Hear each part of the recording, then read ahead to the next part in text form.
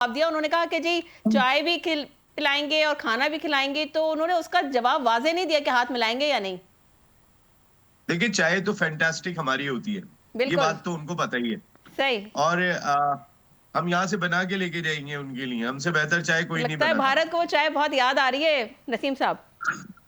मुझे भी ऐसा लग रहा है, हम्म। क्योंकि फैंटास्टिक टी सिर्फ हमारे पास है, एग्जैक्टली। और ये लोग पसंद भी फैंटास्टिक टी करते हैं, मजबूरी हमारी है। तो बैठना चाहिए, बात करनी चाहिए, खेल में ये तमाम चीजें खत्म होनी चाहिए। मैं आपको सना याद कर रहा हूँ 2006 में हम्म। महेंद्र सिंह धोनी जब मैं बात कर रहा था कराची में, उस हम्म। वक्त एशिया कप चल रहा था, तो मैंने उनसे कहा, मैंने कहा अब तो इतने मैचेस हो रहे हैं, तो वो जो एक पाकिस्तान इंडिया मैच का प्रेशर होता था वो तो खत्म हो गया। उन्होंने कहा वाकई वो तो तकरीबन खत्म हो गया, क्योंकि इतने मैचेस हो रहे हैं। हम्म। लेकिन इन प्लेयर्स के ऊपर प्रेशर मौजूद है, इनका एक मैच होता है, वो मैच भी इतना हाई वोल्टेज मैच होता है कि सारी दुनिया की नजरों में होता है। एग्जैक्टली। मेरी नजर में इस वक्त पाकिस्तान को एक एडवांटेज हासिल है because of Usman Tariq. Exactly. पूरा इंडिया उनके प्लेयर्स उठा के देखो, सनाप उनके मीडिया उठा के देखो, वो टोटल एक ही बात करते हुए दिखाई दे रहे हैं, वो ट्रम्प कार्ड है। उस्मान तारिक।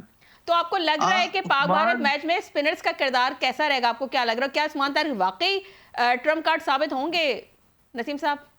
देखिए उन्होंने तो बना लिया है एटलीस्ट अपने दिमाग के अंदर। ठीक। आ, हमने नहीं बनाया उन्हें, लेकिन इंडिया ने बना लिया है कि वही खतरनाक है। इस हम्म। जब किसी एक खिलाड़ी का इतना हवा हो जाता है, तो उसके साथ जो बॉलर्स खेल रहे होते हैं वो ज्यादा फायदा उठा जाते हैं।